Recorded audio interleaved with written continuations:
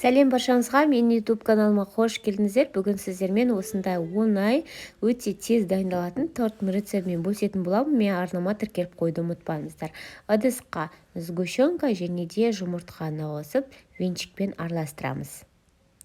Содан соң разрыхлитель және де ұнды қосып араластырамыз. Осындай бізде масса шығу қажет. Содан соң табамызды қыздырып, табаға қамырды құйып, осылай жайып шығасыздар. Қалаған диаметрде екі жағынан пісіріп алу қажет. Осындай пузырькелер шығады. Орташа отта. Менде 4 көр шықты, іші толық піседі. Енді креміне кірісеміз. Менде заварной крем, ыдысқа сүт, жұмыртқа, қант және де ұнды қосып араластырамыз. Баяу отқа газге қоямыз. Үнемі араластырып отыру қажет, өйткені асты жабысып қалады.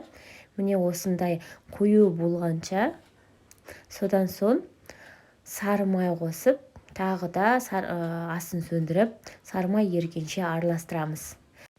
Крем дайын болды. Енді соғанша бетін пищевая пленкамен в контакт жауып алып қоямыз.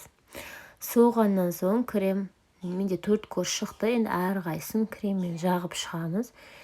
Жандарын жағып шығамыз.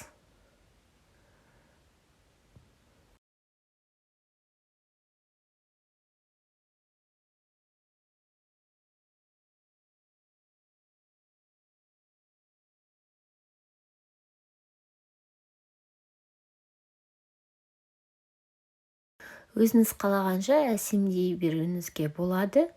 Осымен біздің тортымыз дайын болды. Холодильникке шамамен 1-2 сағатқа қойып алыңыздар. Өте дәмді, өте оңай жасалынады. Аз ғана уақыттың ішінде. Қонақтар келе жатқан кезде тез жасап жіберсеңіз болады. Осы видеоға лайк басып, пікір қалдыруды ұмытпаңыз. Менің арнама тіркеліп қойыңыздар. Сіздермен бірге болған мархабат.